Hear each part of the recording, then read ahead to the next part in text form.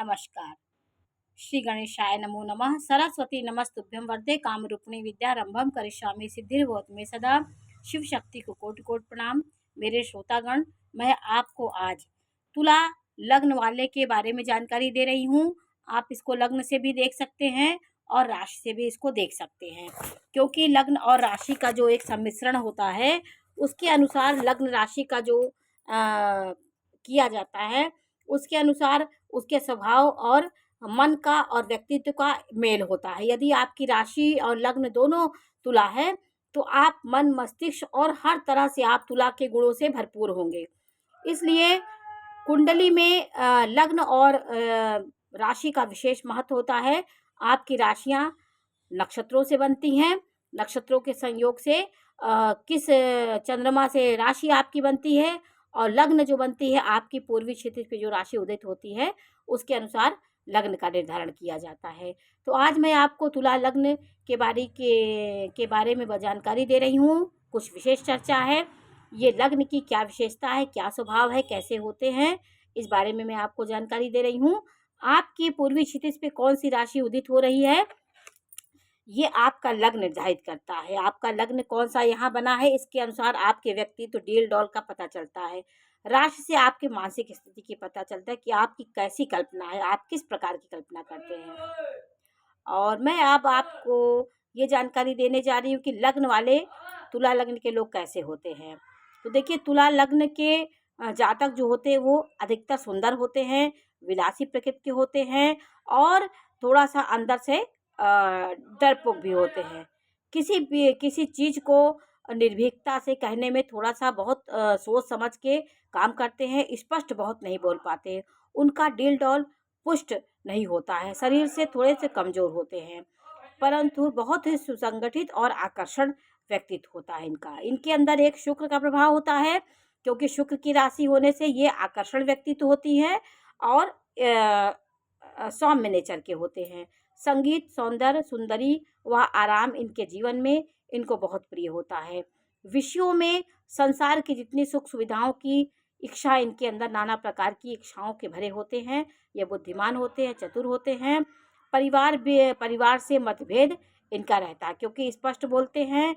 इनके बोलने में किसी प्रकार का वो नहीं होता है और बहुत नाप तोल के बोलते हैं। ये जातक व्यवहार कुशल होते हैं, व्यवसाय के द्वारा ही धनोपार्जन करते हैं। इनका व्यवसाय इनको बहुत फलित होता है। इनके व्यवसाय में सौंदर्य प्रसाधन के सामग्री हो तो ये उसको बहुत अच्छे से इनका व्यवसाय चलता है। चाहे कपड़े का व्यवसाय हो, ज्वेलरी का हो, किसी प्रकार का सौंदर्य प्रसाधन से संबंधित जो भी कार्य इनके जीवन में करें तो ये बहुत आगे बढ़ते हैं। ये जातक अपने कुल में श्रेष्ठ होते हैं। कुल में ये काम बहुत अच्छा करते हैं, जिससे इनका नाम होता है। यह प्रत्येक कार्य को नाप तोल कर और तराजू की तरह तौल के करते हैं। कहाँ बैलेंस गड़बड़ाया तो आप दुखी हो जाएंगे। आपके जीवन में यदि बैलेंस से आप नहीं चले, किसी चीज़ को ज़्यादा होने की कोशिश करेंगे, चाहे कोई भी चीज़, तो उसमें आपको दुख पहुंचा सकता है। इसलिए बैलेंस बना के जीवन को चलेंगे तो जीवन में उन्नति करेंगे। ये नैतिकता की आधारशिला पर इतने सजे हुए होते हैं कि ये खड़े होते हैं नैतिकता में, कि इनको कोई गिराना संभव नहीं होता। इनके जीवन बहुत तूफान आते हैं, बहुत टकराते हैं लोग इनसे। आंधी पहाड़ की तरह इनकी समस्याएं आती हैं, लोग इनसे टकराते हैं, लेकिन इनसे ये विफल हो जाते हैं। इस लग्न वाले व्यक्ति में जन्मे व्यक्ति जो होते हैं वो सुंदर होते हैं, व्यवसाय कुशल होते हैं, दिमाग से ज़्यादा कार्य करते हैं, बौद्धिक क्षमता ज़्यादा होती है, दिमाग से कल्पनाएं बहुत करते हैं, इच्छाएं बहुत रखते हैं, लेकिन उनको क्रियान्वित नहीं कर पाते हैं। धन की कमी इन्हें नहीं होती, कभी न कभी इन्हें धन मिल ही जाता है। इस लग्न का व्यक्ति अपने कुल में श्रेष्ठ होता है। यह व्यक्ति रजोगुणी होता है। ये बहुत अध्यात्म में नहीं जाता, यथार्थ को ये पसंद करता है। जो समाज की वास्तविकता को मानवीय गुणों से भरा होता है, ये बहुत अध्यात्म ये लेकर नहीं चलता। इस राशि में से प्रभावित जो व्यक्ति होते हैं वो संतुलन और शक्ति के प्रतीक होते हैं। जीवन में संतुलन बनाने का इनका बहुत बड़ा स्वभाव होता है। ये संतुलित व्यक्ति इनका व्यक्तित्व होता है। तुला लग्न वाले प्रत्येक कार्य के आरंभ में अनिश्चित भावना रखते हैं। तत्पश्चात सब बातों पर गंभीरता पूर्वक विचार करते हैं। किसी बात पे ये बहुत गंभीर विचार करके ही जब ठोस कदम उठाते हैं, ये व्यक्ति जीवन के बहुत मुकाम पे पहुंचते हैं और जीवन के अच्छी स्थिति इनके जीवन की होती है और सुख सुविधाएं भी इनके जीवन में होती हैं। ये व्यक्ति जीवन को आनंद से व्यतीत करना चाहते हैं और हर चीज़ में सामंजस्य करके अपने जीवन को और बहुत ईमानदारी से अपने जीवन को ये जीने की कला वाले होते हैं। और व्यक्ति जो होते हैं ये बहुत अच्छे स्वभाव के होते हैं। हर व्यक्ति इनसे अपने दुखों को बताता है और ये सब की बातों को सुनते हैं, गंभीरतापूर्वक विचार विमर्श करते ही किसी बात का निष्कर्ष निकालते हैं। ये लोग न्यायप्रिय होते हैं, ये सही विवेचना कर लेते हैं और तराजू के से संतुलन बना के अपने जीवन को करते हैं। कभी कभी ये व्यक्ति भ्रष्ट और क्रूर भी हो जाते हैं। यदि इनका बैलेंस बिगड़ा तो ये पापाचारी भी हो जाते हैं और सही बैलेंस होने से बैलेंसिंग दिमाग रखेंगे तो जीवन में आगे बढ़ेंगे, नहीं तो गर्त में गिरने की संभावना रहती है। तो तुला लग्न वाले और राशि वाले व्यक्ति दयालु होते हैं, न्यायप्रिय होते हैं, पुण्यात्मा होते हैं, शांति प्रिय होते हैं और जीवन में हर स्थिति में खुशियों को ढूंढने का प्रयास करते हैं। नेतृत्व के गुण भी से संपन्न होते हैं, लेकिन ये विलासी स्वभाव के होते हैं, आराम तलब बहुत होते हैं। आराम इनको मिलना बहुत ज़रूरी होता है, शरीर से आराम बहुत चाहते हैं। ये व्यक्ति के जीवन में इनका योग कारक ग्रह शनि है। शनि चतुर्थ भाव और पंचम भाव का स्वामी होकर यदि लग्न में, केंद्र में, त्रिकोण में बैठा हो शनि, तो आपके सुखों में ये वृद्धि करेगा। योग कारक ग्रह शनि है। शनि की स्थिति अच्छी होने से ये जातक बहुत आगे जाते हैं। इनका भाग्योदय बहुत अच्छा होता है। भाग्योदय कारक ग्रह इनका बुध है। इनका बुध यदि अच्छी स्थिति में हो तो बुध इनके जीवन में 30 से 32 वर्ष की उम्र में यदि बुध अच्छा हो, स्वराशि का हो या अपनी राशि में हो या मूल त्रिकोण में अच्छी स्थिति में बैठा हो, मित्र राशि में बैठा हो, तो 30 से 32 वर्ष की अवस्था में इनका भाग्योदय हो जाता है। ये जातक के दुष्ट राशियों में, शत्रु राशि में इनके ग्रह हैं, बुध है, तो भाग्योदय होने में थोड़ा सा विलंब लगता है, भाग्योदय इनका अच्छा नहीं हो पाता है। यदि बुध की स्थिति आपकी कुंडली में खराब है तुला लग्न वालों की, तो आपको बुधवार का व्रत करना चाहिए, भगवान गणेश की पूजा करनी चाहिए, हीरा पन्ना रत्न आपको धारण करना चाहिए, गाय को हरी घास आपको खिलाना चाहिए, इससे आपके भाग्योदय होगा। घर में तुलसी का पौधा आपको लगाना चाहिए, क्योंकि ये सब बुध ग्रह से प्रभावित चीज़ें हैं। जितना आप बुध ग्रह को मजबूत करेंगे, किन्नरों को आप उपहार दीजिए, किन्नरों का आशीर्वाद लीजिए, तो आपके भाग्योदय आपका बहुत जल्दी होगा। जो भी आपके भाग्योदय में विलंब होता है वो सब आपका बाधाएं कटेंगी और आपका भाग्योन्नति अच्छे से होगी।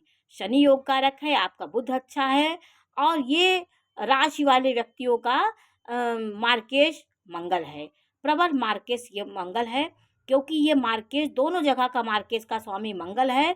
आपके द्वितीय भाव भी मार्केश होता है, सप्तम भाव भी मार्केश होता है। तो मार्केश आपका देखिए द्वितीय भाव में 8 राशि है, 8 नंबर की राशि वृश्चिक है और मेष मंगल है, ये दोनों मंगल की राशि है। तो ये आपके लिए मार्केश है। इनकी दशा, महादशा, अंतर्दशा में आपको परेशानियों का सामना करना पड़ता है। आपके शारीरिक अस्वस्थता आपको आ सकती है और जीवन में नाना प्रकार की परेशानियां आपको ये महादशा दे सकती है। आपकी शनि की दशा आपके लिए अच्छी होगी, आपके शुक्र की दशा भी आपके लिए अच्छी होगी और आपके जो ग्रह केंद्र त्रिकोण में है उनकी दशाएं जब आती हैं तो जीवन में कुछ अच्छा होता है। तो आपको गुरुवार का भी आपको पूजन करना चाहिए। गुरुवार के आपको राधा कृष्ण की पूजा करनी चाहिए। गुरुवार को रात में आरती भगवान को करनी चाहिए। इसको भी आप करेंगे तो आपका गुरु मजबूत होगा। आपके जीवन में जो ग्रह आपके देखिए तृतीय भाव का स्वामी गुरु है और छठवें भाव का दो है। गुरु आपके जीवन में जो ग्रह आपके कमज़ोर होते हैं उनकी आपकी पूजा आराधना आपको करना चाहिए। आपके राशि का स्वामी शुक्र होता है।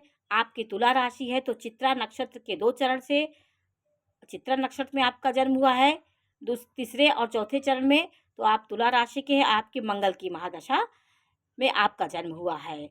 चित्रा के बाद स्वाति नक्षत्र के चारों चरण इस पे आ जाते हैं। स्वाति नक्षत्र राहु का नक्षत्र होता है। इसके चारों चरण में यदि आपका जन्म हुआ है तो आप तुला राशि के। विशाखा के 3 चरण से तुला राशि का निर्माण होता है।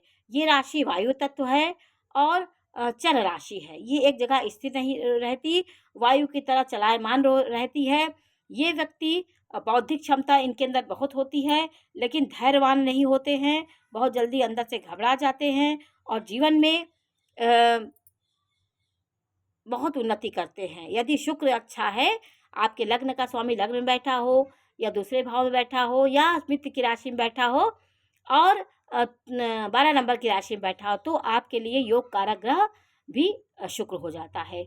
शुक्र की स्थिति अच्छी नहीं है कुंडली में, तो आपको स्त्री जाति की रक्षा करनी चाहिए। स्त्री मातृ शक्ति की सेवा करनी चाहिए। कोई भी पक्ष आपका हो, बहन, बुआ, माँ, सबका आपको आदर करना चाहिए। उन्हें समय समय पर उपहार दीजिए, तो आपका शुक्र मजबूत होगा। और माँ दुर्गा की आराधना आपको करनी चाहिए, तो आपका शुक्र मजबूत होगा। आपको सफ़ेद मिठाई का भोग लगा करके स्त्रियों को बांटें। स्त्री शक्ति की आप आराधना करिए यदि शुक्र कमज़ोर है तो। नहीं तो आपका मन मलिन होगा, आप देखने में आकर्षण नहीं होगे। शुक्र की स्थिति अच्छी होती है तो व्यक्ति आकर्षण, सुंदर और सबके लिए सम्मोहन का एक व्यक्ति हो जाता है। सब लोग उसको मानते हैं। उसके अंदर शुक्र की प्रबलता होती है तो आप बहुत विख्यात होते हैं और आकर्षण व्यक्तित्व आपका होता है, सौम्य नेचर के आप होते हैं। तो ये तुला लग्न वालों के विषय में थोड़ी सी जानकारी थी। और तुला राशि किस लग्न से किस किस नक्षत्र में तुला राशि आती है, इस बारे में मैंने आपको जानकारी दी। तुला राशि का योग कारक ग्रह कौन है, इसके बारे में आपको जानकारी। शनि योग कारक ग्रह है, बुध इनका भाग्येश है। इनकी स्थिति यदि मजबूत है तो आप बहुत भाग्यवान होंगे और जीवन के 30 से 32 वर्ष की उम्र में आपकी भाग्योदय हो जाता है। तो आज मैंने आपको तुला राशि के बारे में जानकारी दी और ये जानकारी आपको कैसी लगी हमें अवश्य बताइए। चैनल को लाइक करिए, सब्सक्राइब करिए। मैं इसी प्रकार की जानकारी देती रहूँगी। नमस्कार।